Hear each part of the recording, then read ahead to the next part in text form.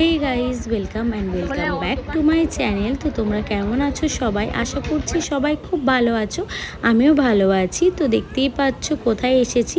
সেদিন ছিল 22 তারিখ, আমার দাদার ছেলে রাধের বার্থডে।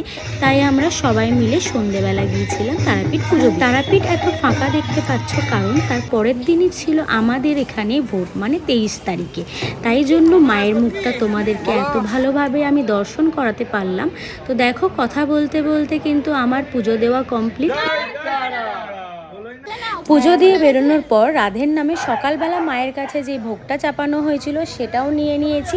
এবার আমরা সবাই মিলে বেরিয়ে পড়লাম হোটেলের উদ্দেশ্যে।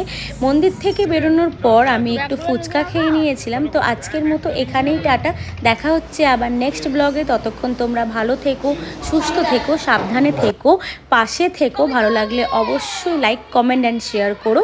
বাই।